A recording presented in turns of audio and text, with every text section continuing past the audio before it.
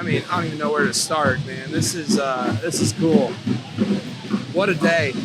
I'm waiting for everybody else, so I'm just going to sit here, and we are about to sit down with Rich Redmond, drummer for Jason Aldean, and amongst, I mean, that's just what he's currently doing. The dude's an award-winning musician and drummer, and Roadkill's trying to fetch him right now, but he is in a swarm of people, and he's going to get him over here as soon as we can. I mean, rightfully so, he's in a swarm of people. He's highly recognized and appreciated for all that he does.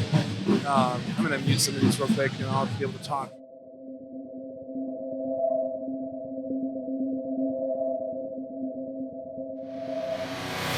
Welcome back to the Roadkill Drums podcast. Are we having fun? I'm gonna bang a drum. Oh shit, I died. Let me know.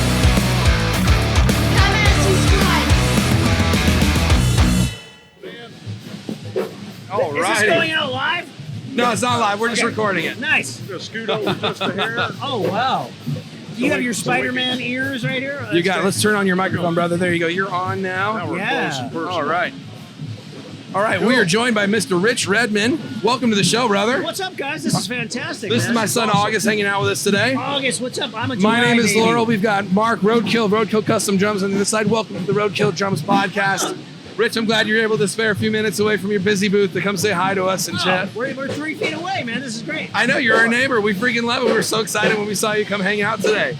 We're on Podcast Row. We're on Podcast Row. Yes, sir. That's right. All right. Well, welcome aboard. So I got to bring it up.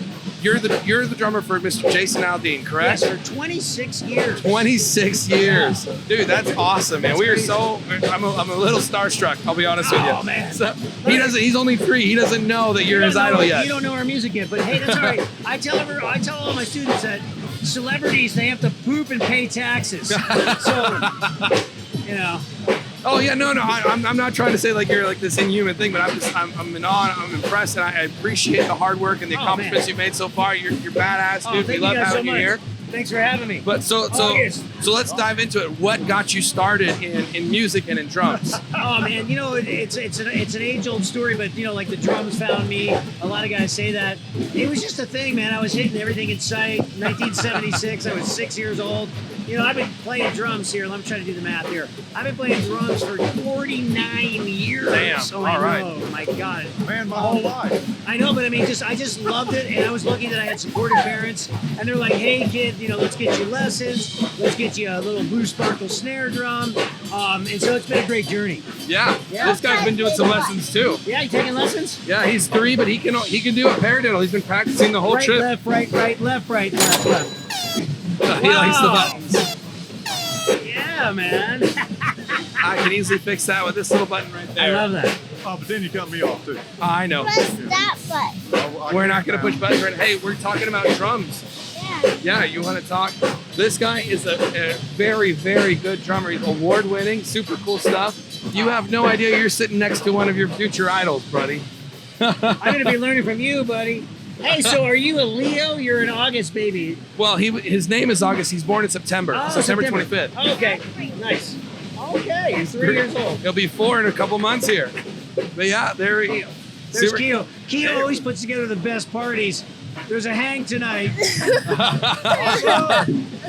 Yeah, he's great. You gotta know the good people, right? Oh, So yeah. you got started at a young age. You're blessed to have some supportive parents. But let me ask a more thorough question. As you're growing as a drummer, you're playing in bands. Did you play in band in school? Oh yeah, playing bands. I'm a music education nerd. I'm a product of music education. That's what I was gonna ask. I was lucky because my dad got a job when I was 11 in El Paso, Texas. He'd go over across the border every day to Juarez, Mexico. So that got us to the state of Texas. And although I'm from Connecticut, Texas has a really rich music education culture. So you've got pep bands, you got marching bands, you got symphonies, you got jazz bands. There's tons of support for the arts there. So I got my 10,000 hours playing in the schools, and I always had my weekend bands, and was always playing in like rock bands and cumbia bands and top 40 bands and stuff.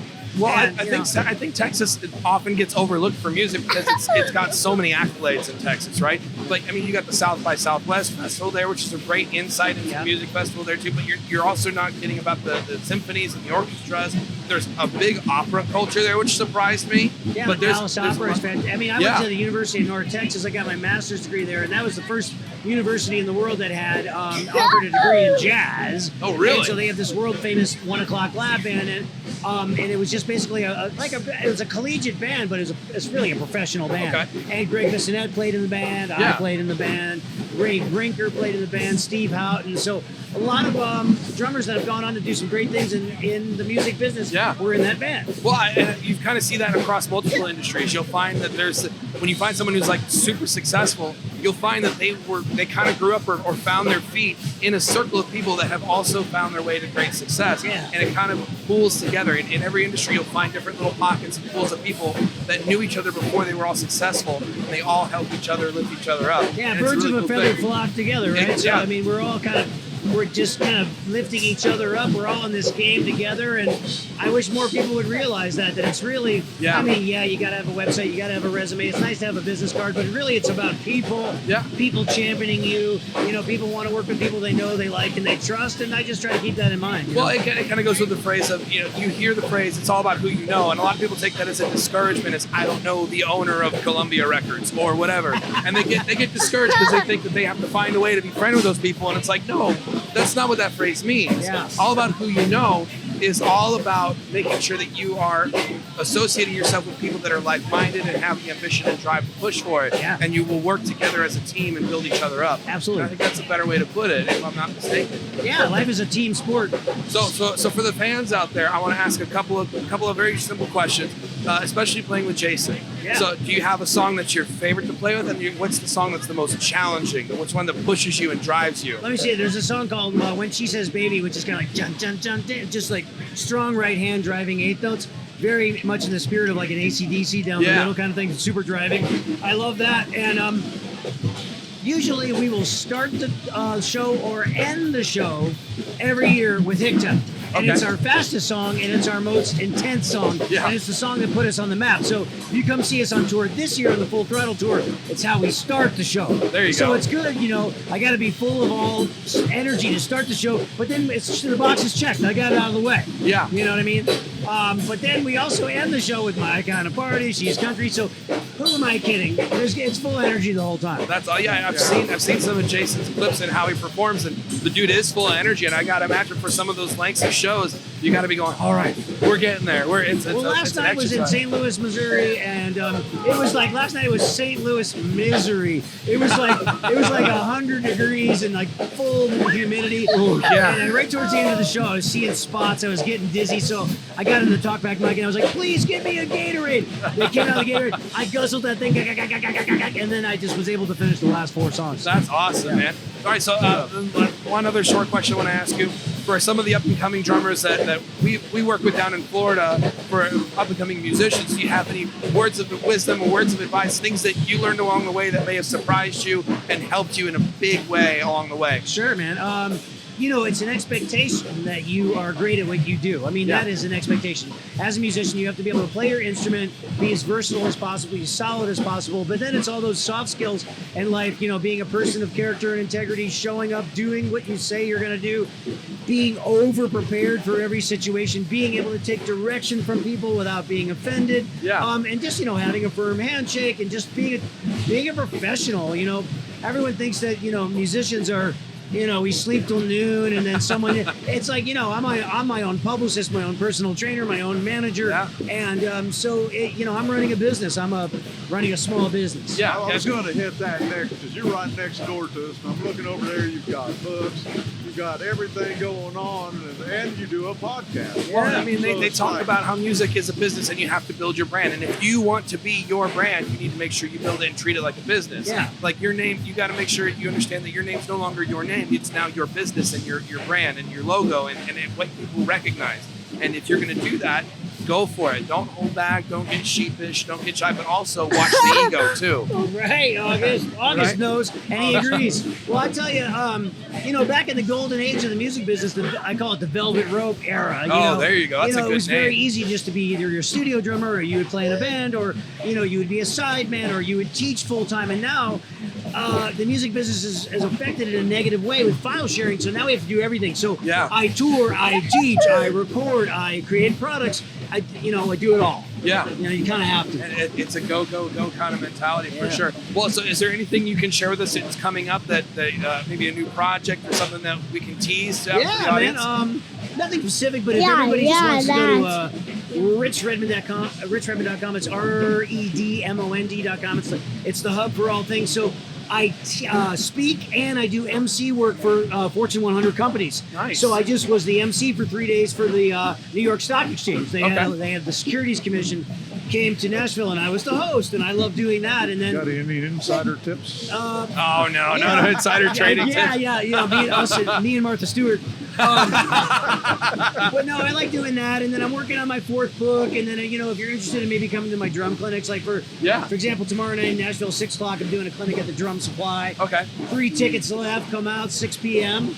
We And, definitely have interest in that. Yeah. We've already had a couple offers. Yeah. And Yeah. something's Damn right. going to start happening in the near future. Totally. Yeah. Awesome. And then just come see me with Jason Aldean, jasonaldean.com. We're on the Full Throttle Tour. I don't know when this is going to drop, but basically we're going to play every Thursday, Friday, Saturday until the end of October. Gotcha. This will all be airing in the fall time. Just give you a heads up. So we'll Okay. try to get that out before October so people can get that Yeah. plugged. And we'll link everything down below, including like your books and your personal website as well. We'll get Yeah. you all plugged in. We're all about sharing and growing together. Well, I sure appreciate you So guys how having many me. years with Jason? 26 years. Wow. I can't believe I've been listening to him for that long. Well, he It's like, got signed in 2004, but there was 5 years before that where we had to play showcases and we were trying to convince record labels to sign us. And then we started to get really busy in 2004. So what do we do the math with that? That's 21 years nonstop. Well, so we don't need to dive too deep into this because we'll be here for another hour talking about it because it's such a fascinating subject.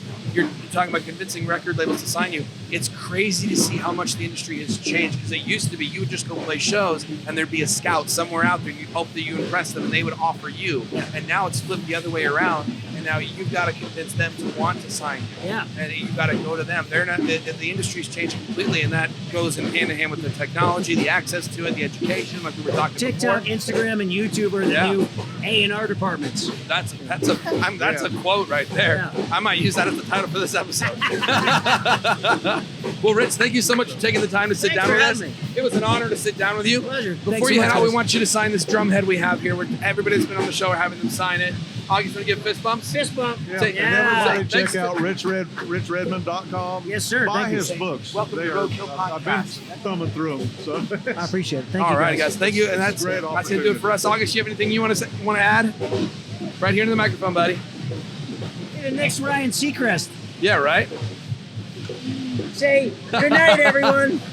Good night, everyone. Here we go. Yeah. Thank you so much, bud.